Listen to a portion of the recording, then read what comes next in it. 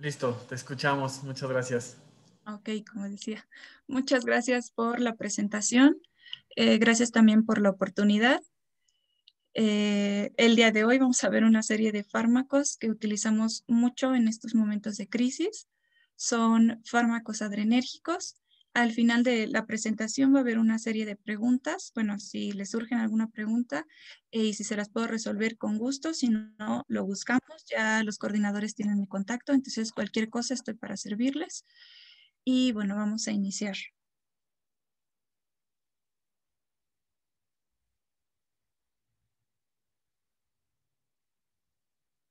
Ok, ¿qué son este tipo de fármacos llamados adrenérgicos? Son fármacos que los utilizamos porque imitan los efectos de la activación del sistema nervioso simpático. Como sabemos, este sistema nervioso es denominado también el de lucha o el de huida. ¿Por qué? Porque lo que hace es garantizar la perfusión a órganos vitales y garantizar que tengamos energía por distintas rutas metabólicas. Entonces, para eso se activa el sistema nervioso simpático para garantizar nuestra supervivencia. ¿Y para qué utilizamos este tipo de fármacos nosotros en enfermería y para qué se utilizan en medicina? Para mantener una buena presión arterial media en casos de choque, sobre todo choque distributivo, choque séptico, en indicaciones de paradas cardíacas o en casos de insuficiencia cardíaca como tratamiento a ella. El primero de ellos, y creo que todos hemos tenido contacto con él, es la noradrenalina. Hay que recordar algo antes de iniciar con todos los fármacos. Tenemos que saber que los efectos que estos van a tener dependen de los receptores a los que se unan. Entonces, el primero de ellos, que es la noradrenalina, sabemos que tiene receptores alfa 1 o que se une a receptores alfa 1 y beta 1. Este es un inotrópico positivo. ¿Qué quiere decir con inotrópico? Que, bueno, el inotropismo no es más que la capacidad que tienen las fibras miocárdicas de acortarse. Y positivo, ¿por qué? Porque va a aumentarla. Entonces tenemos medicamentos que son inotrópicos negativos e inotrópicos positivos. Ahora, lo que hacemos o lo que hace la noradrenalina es aumentar la tensión arterial y por ende van a subir nuestras presiones arteriales medias, va a haber un aumento en las resistencias vasculares periféricas, pero también uno de los efectos que tenemos es que hay un mayor consumo de oxígeno miocárdico. Ahorita, más adelante, vamos a ver cómo sacarlo de acuerdo con una ecuación, ¿vale? Y bueno, a este aumento o nuestro cuerpo va a responder a este aumento de la tensión arterial con una disminución de la frecuencia cardíaca. Este es una respuesta que tiene para minimizar ese aumento de la tensión arterial. ¿Cómo se hace esta disminución o cómo se lleva a cabo la disminución de la frecuencia cardíaca? Lo hace mediante una respuesta vagal. Como sabemos, nosotros tenemos varoreceptores que están a nivel del callado aórtico y del seno carotidio. Estos varoreceptores a su vez están inervados por dos de nuestros paredes craneales. Los varoreceptores que se encuentran en el callado aórtico son inervados, perdón, por la rama de Henry del nervio glosofaringeo y las del seno carotidio son inervados por la rama homónima del nervio vago. Estos a su vez terminan en un núcleo que se llama núcleo del tracto solitario que se encuentra en la porción más caudal del bulbo raquídeo y lo que hace es que a este aumento de la frecuencia de la tensión arterial, perdón, los varoreceptores realizan descargas con más frecuencia que llegan al núcleo del tracto solitario y este núcleo del tracto solitario se extiende a todo el sistema nervioso central y entonces lo que hace es inhibir al sistema simpático y activar células del sistema nervioso parasimpático. Y entonces es así como nuestra frecuencia arterial baja, nuestra frecuencia cardíaca baja. Por eso, cuando nosotros ponemos noradrenalina, vemos que tenemos presiones arteriales medias que sí se elevan, o sea, estamos consiguiendo el objetivo, pero vemos que muchos de nuestros pacientes comienza a haber una disminución progresiva de la frecuencia cardíaca. Aquí a la izquierda les puse una pequeña tablita comparativa que viene en un libro de Goodman, que es de farmacología, en donde vienen los efectos de la noradrenalina a dosis de 10 microgramos minuto. Vemos que hay una disminución en la frecuencia cardíaca, vemos que las presiones arteriales medias suben y también vemos que las resistencias vasculares periféricas se elevan bastante, o sea, en gran medida en un tiempo que está medido de 0 a 15 minutos. Entonces, esos son los efectos que tiene a nivel cardiovascular, pero también tenemos efectos sistémicos, como cuáles de ellos, como el incremento de la lipólisis. ¿Qué es esto? Sabemos que los lípidos se encuentran en el tejido adiposo. Entonces, lo que hace es que estos lípidos son, entran a ciclo de Krebs y lo que hacen es que se producen en ácidos grasos y glicerol para tratar de cubrir las demandas del organismo. Entonces, se comienza a producir demasiada glucosa y vamos a tener hiperglicemias en estos pacientes, sobre todo cuando tenemos infusiones de noradrenalina por mucho tiempo. Otra de las cosas es que el cuerpo es sabio, entonces lo que hace es perfundir órganos vitales, que son cerebro y corazón, y deja de pasar riego sanguíneo, sobre todo a nivel esplácnico y a nivel renal. Entonces, ¿cuáles van a ser las consecuencias? Va a haber una disminución de la motilidad y va a haber una disminución de la capacidad renal de nuestro organismo.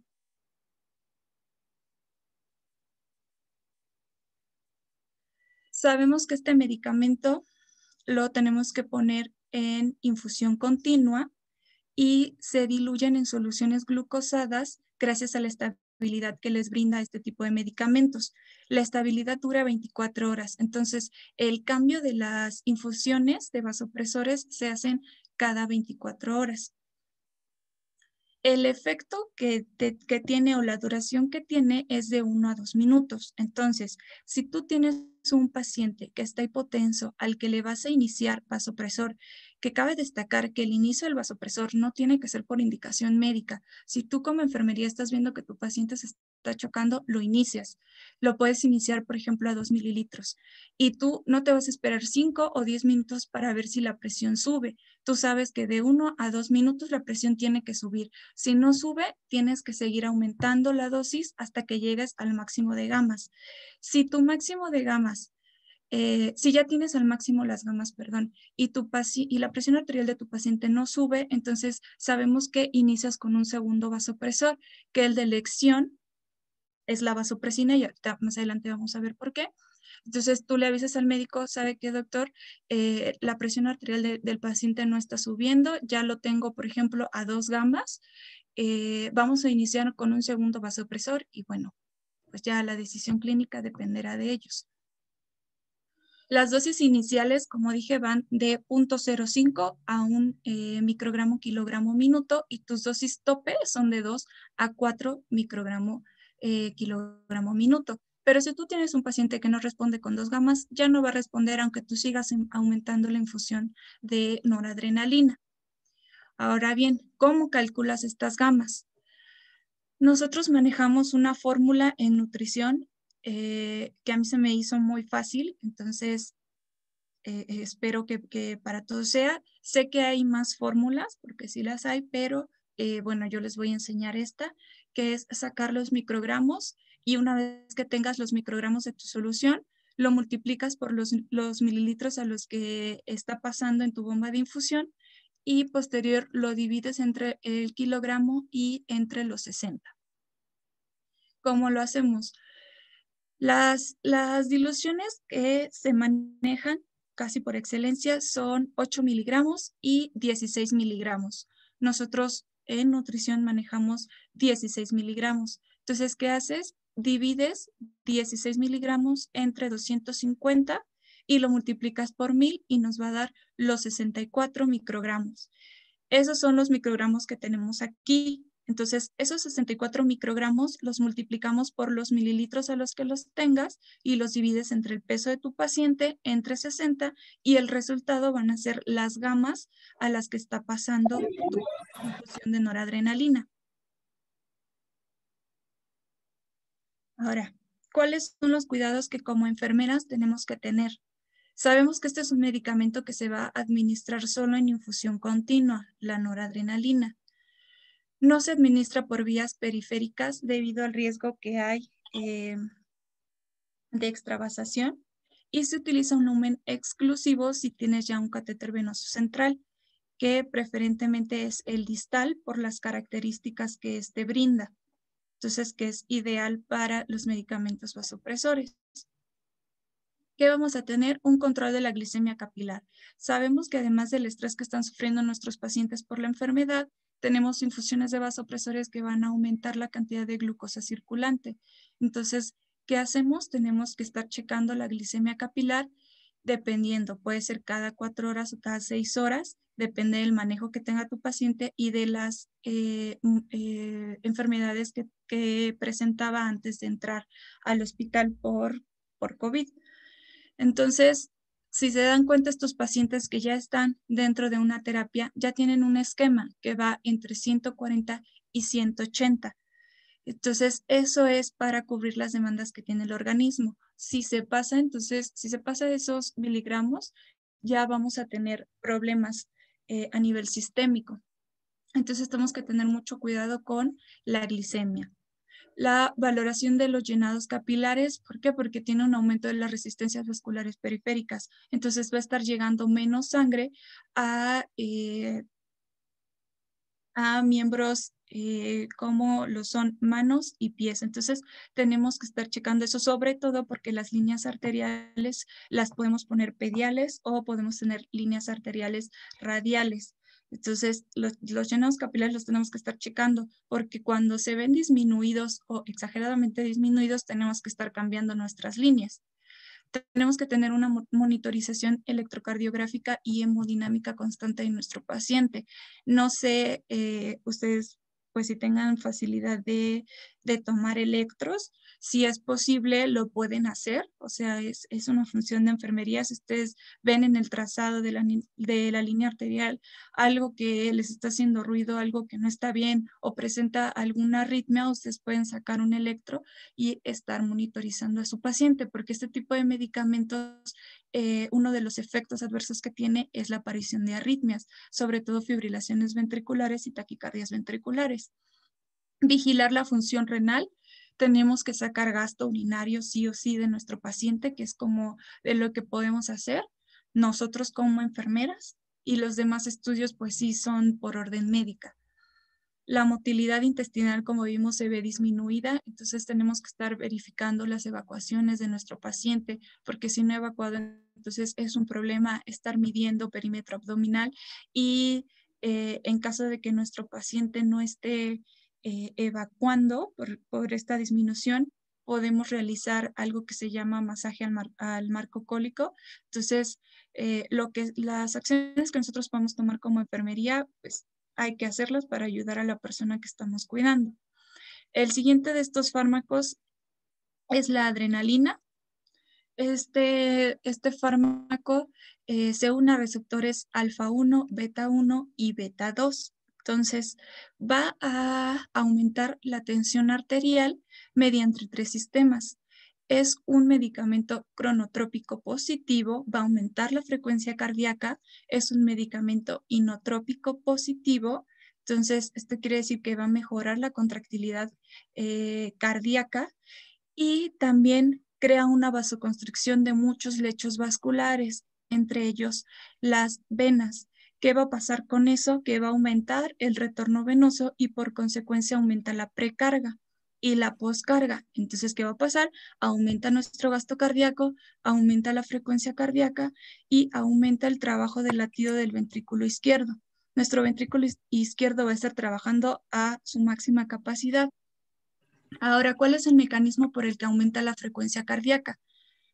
Sabemos que el impulso eléctrico se origina en el nodo sinusal de nuestro corazón Después viaja a través del nodo seno auricular y en el nodo seno auricular hay unas células que son células lentas de nuestro sistema que como su nombre lo indica, lo que hacen es retrasar ese impulso eléctrico apenas unos milisegundos hacia los ventrículos.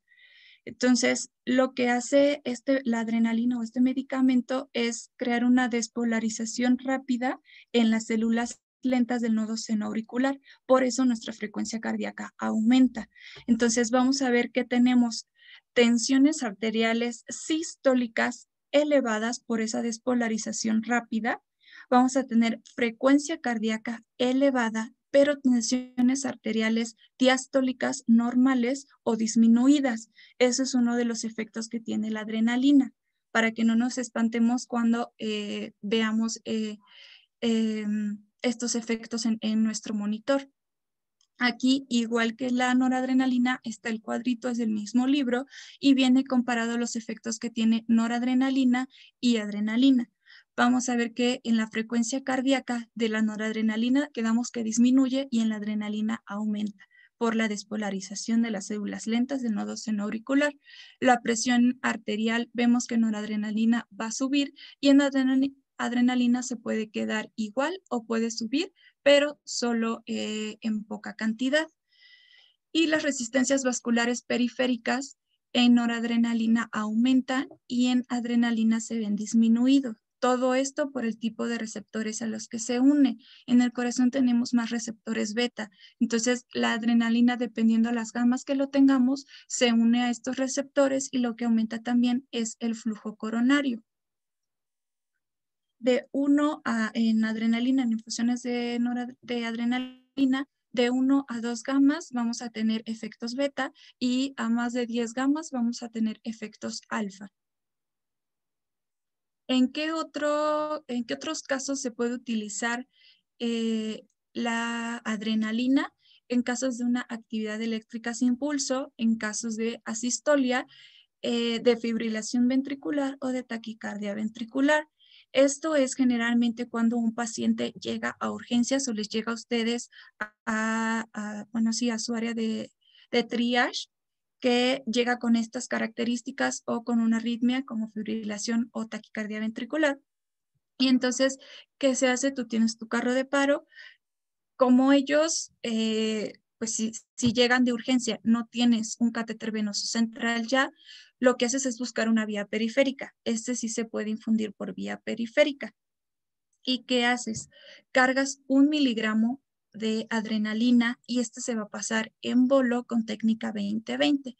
El ACLS lo que nos dice es que la técnica 20-20 consta de ministrar tu miligramo de adrenalina, cargas otra jeringa con 20 mililitros de solución, pasas los 20 mililitros de solución y elevas la extremidad que tengas asegurada ya 20 segundos. ¿Esto para qué? Para que llegue a circulación central mucho más rápido.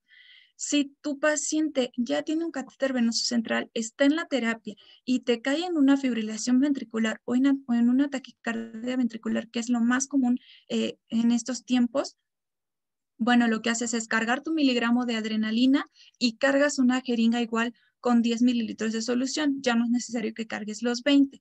¿Por qué? Porque sabemos que el catéter venoso central llega a vena cava superior y entonces llega mucho más rápido a aurícula y ya pues, se puede distribuir en todo el organismo con mayor facilidad. Entonces, pasas tu miligramo de adrenalina y pasas tus 10 mililitros de solución para empujar el medicamento. Este tipo de medicamentos se pasa en bolo, chicos. O sea, no hay que cargar tu miligramo de adrenalina y diluirlo en ese momento con 10 de solución salina porque no nos va a servir de nada.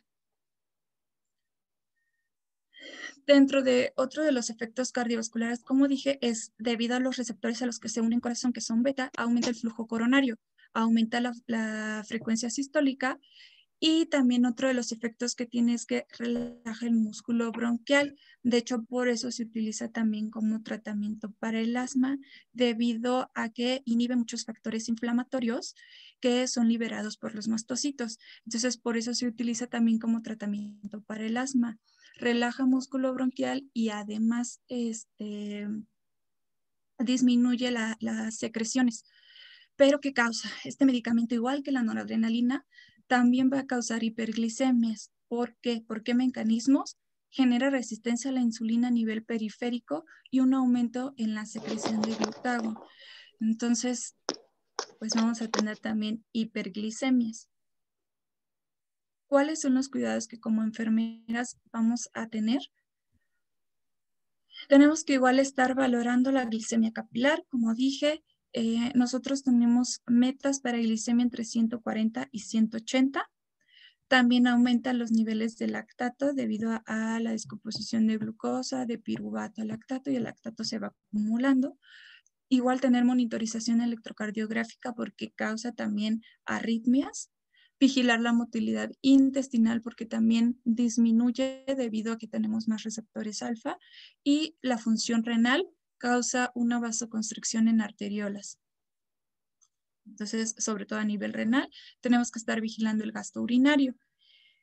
El siguiente de ellos, y como dije,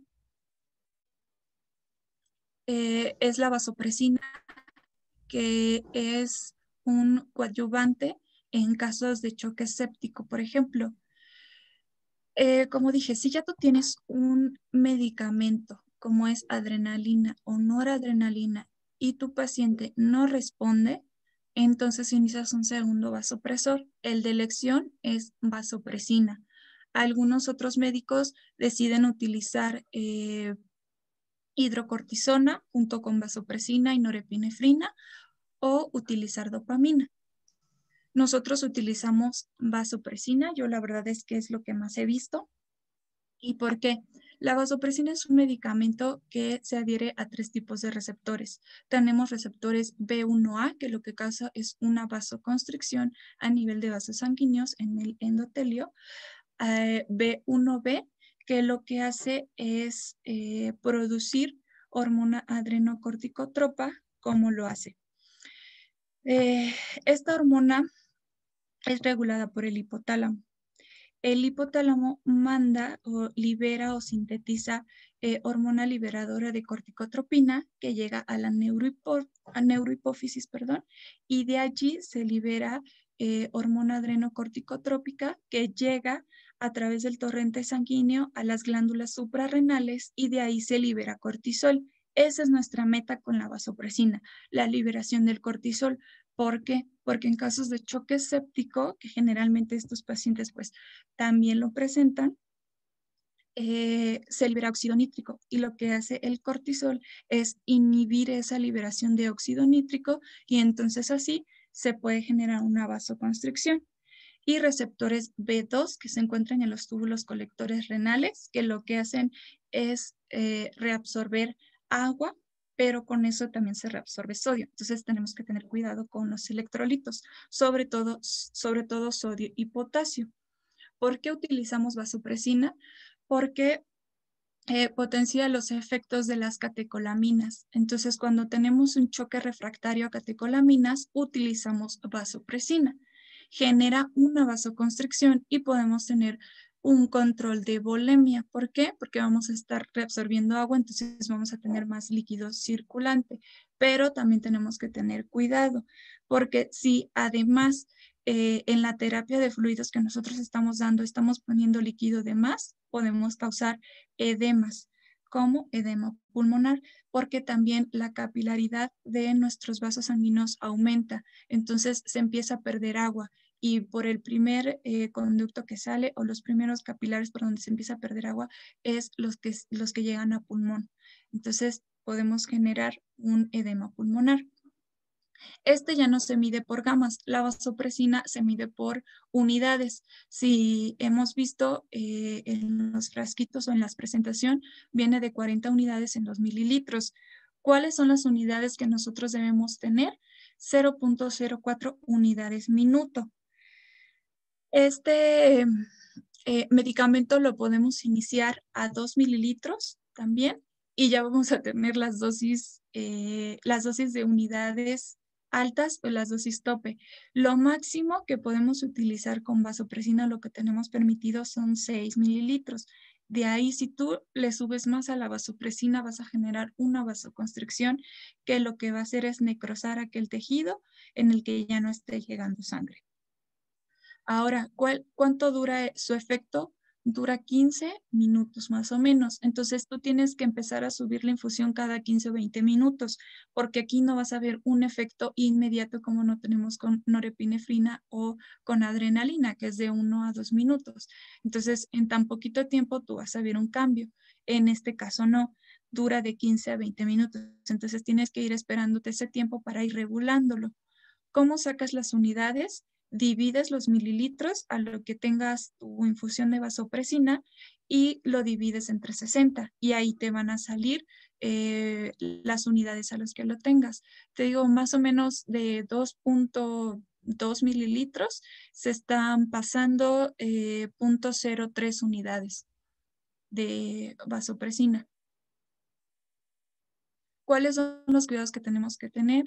Lo mismo, valorar las glicemias capilares.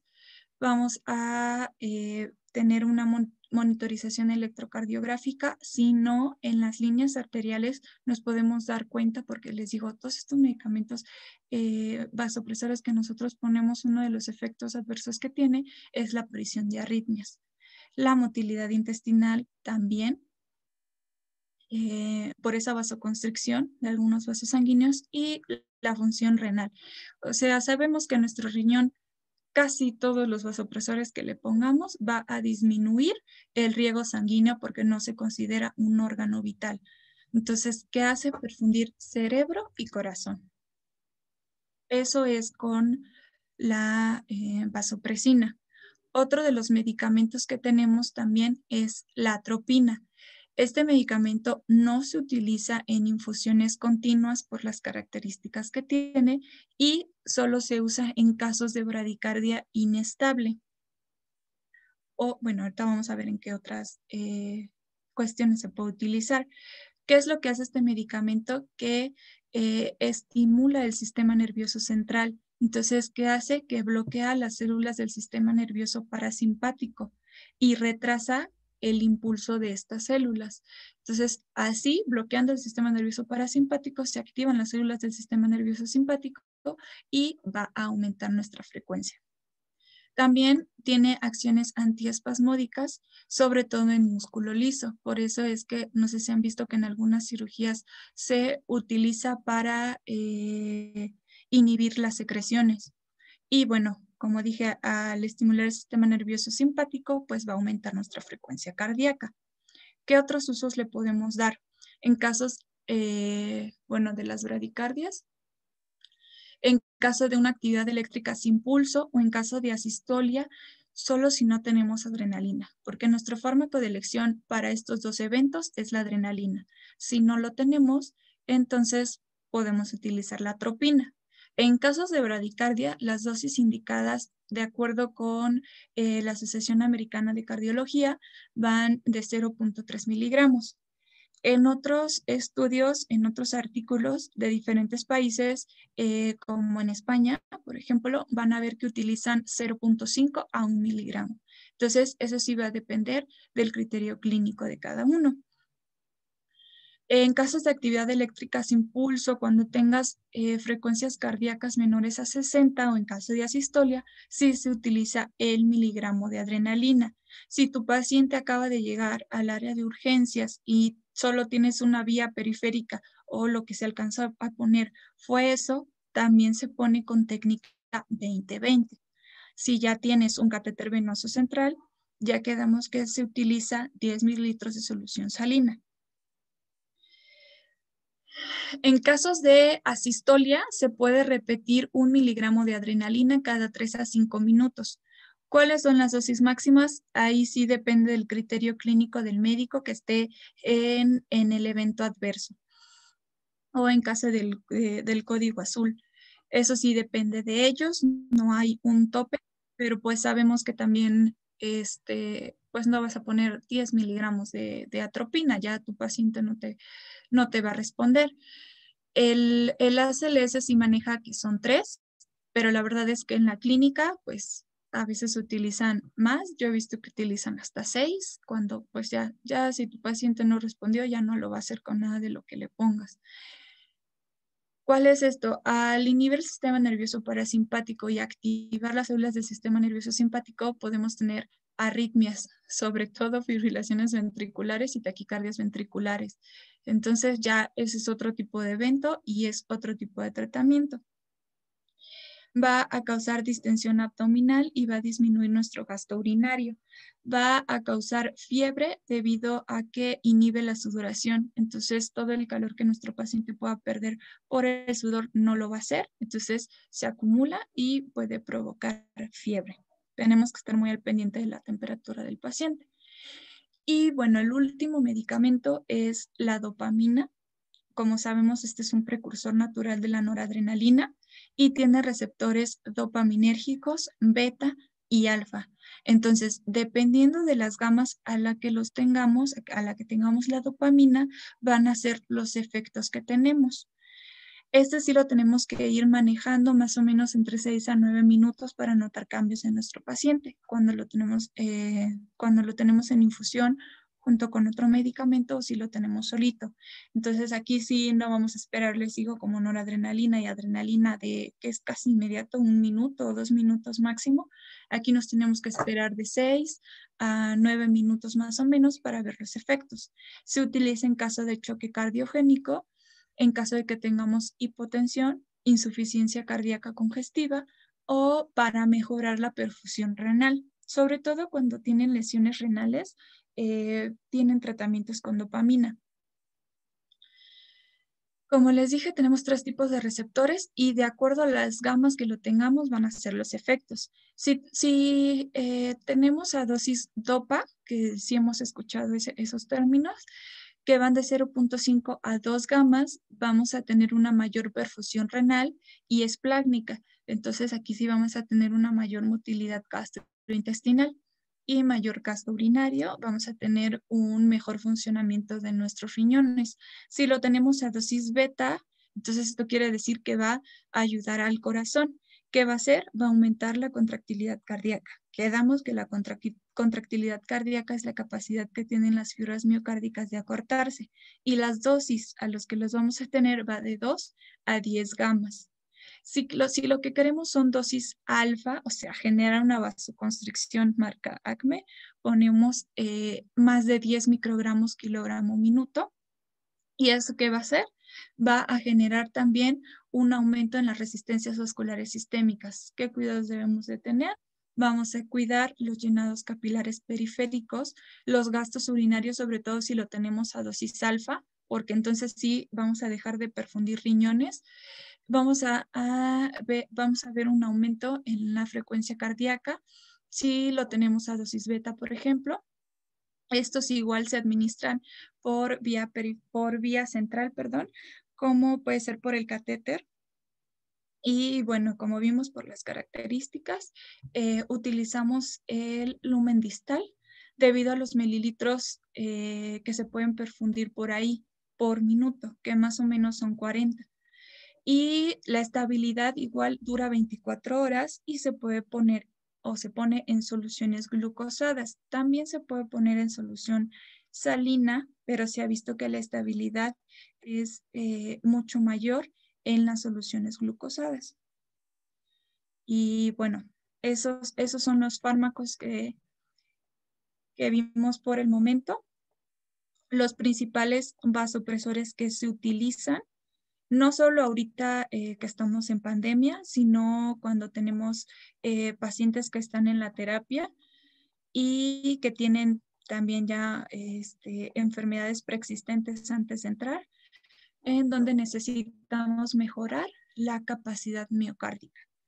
No sé si tengan alguna pregunta, no sé si me fui muy rápido. Muchas gracias, Les cedo Jessica. la La verdad es que palabra. estuvo de manera ideal. Ahora mismo, para que tengamos un orden, si hay preguntas para la ponente, les pido por favor que activen la opción de levantar la mano y poco a poco les vamos a ir dando la voz. Les pido no activen sus micrófonos si no lo están ocupando. Hay varios médicos. Por el miedo de que no los recontraten o que tengamos alguna.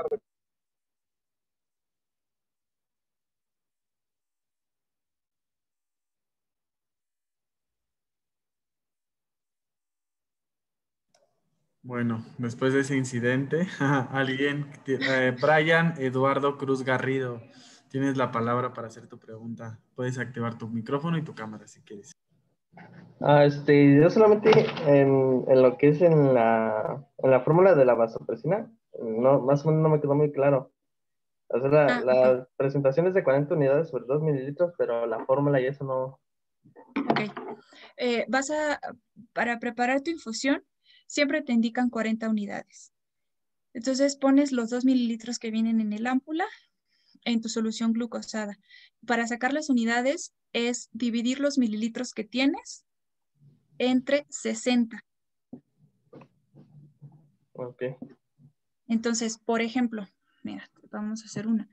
Si tienes vasopresina pasando a 2 mililitros, lo que haces es dividir 2 entre los 60 y te sale a 0.03. Entonces, con 2 mililitros, como podemos ver, ya tenemos casi la dosis tope de vasopresina pasando y son 2 mililitros. Sí, ok. Bueno, gracias.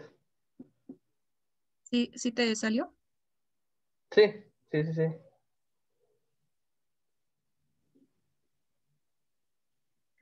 Como les digo, como es un ¿Alguna potente pregunta más? vasoconstrictor, ay, Perdón, sigue tú.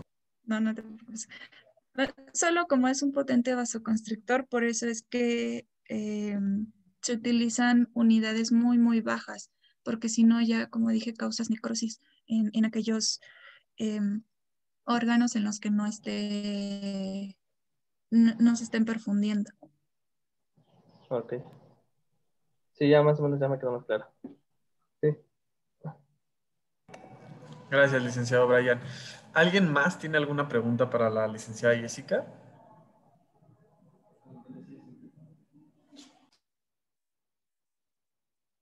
Si sienten que me fue muy rápido, de verdad, si quieren que me regrese a algún vasopresor, ustedes díganme y yo lo hago porque sí me han comentado que hablo un poquito rápido.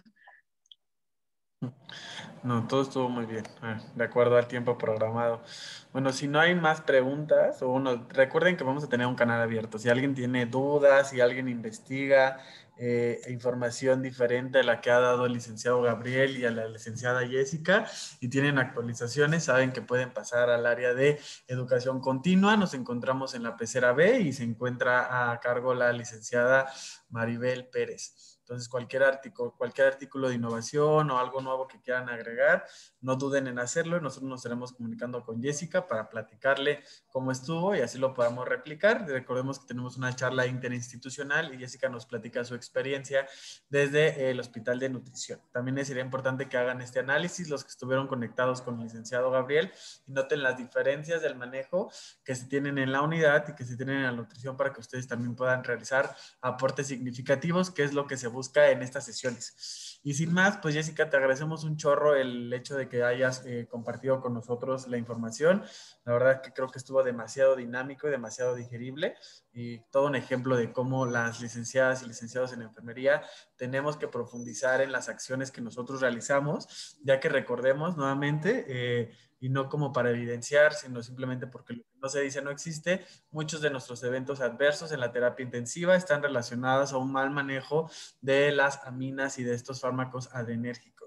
Por lo cual, esto está relacionado a que no estamos teniendo las bases suficientes para realizarlo y la invitación para las 96 enfermeras y enfermeros que se encuentran conectados aquí es que todas y todos conozcamos exactamente el funcionamiento y el manejo para que no solamente hagamos cosas por indicación médica, sino que podamos hacernos cargo nosotras y nosotros de estos aspectos importantes, porque además recordemos que los manejos de titulación de estos fármacos son llevados por enfermería basados en su análisis y juicio clínico, ¿no? Entonces tenemos que tener todas estas herramientas de valoración. Así que Jessica, te agradecemos mucho por los aportes que realizas a nuestra unidad y si nosotras podemos aportar algo del otro lado, no dudes en invitarnos, estaremos atentas. Muchas gracias, Jessica. Muchas gracias. No, a ustedes. Me gustaría terminar diciéndoles que sí, como dice nuestro coordinador, es muy importante que nosotros sepamos el funcionamiento de todos nuestros aparatos y sistemas y de nuestros medicamentos, sobre todo si ahorita estamos, estamos en un momento de crisis y todos estamos entrándole a áreas críticas sin tener la experiencia. Si tú sabes cómo funciona un fármaco y si tú sabes cómo funciona el cuerpo, vas a saber qué cuidados debes tener y tener muy en cuenta que las infusiones de noradrenalina y adrenalina, tú puedes decidir como enfermería en qué momento comenzarlas o en qué momento apagarlas. Sabemos que no se pueden suspender ninguna de estas de manera abrupta por las consecuencias que pudieran tener, pero sí ir titulándolas poco a poco y eso lo haces tú como enfermería, no esperas a que el médico llegue y te diga, oye, ¿sabes qué? Ya apágala o comiénzala. Entonces también tener esa autonomía y pues que tú tengas las bases suficientes para si alguna vez tienes algún choque con algún médico porque cree que lo estás haciendo mal, tú tengas las bases suficientes para decirle y para tomar una decisión, porque nosotros somos los que estamos la mayor cantidad del tiempo con las personas que cuidamos.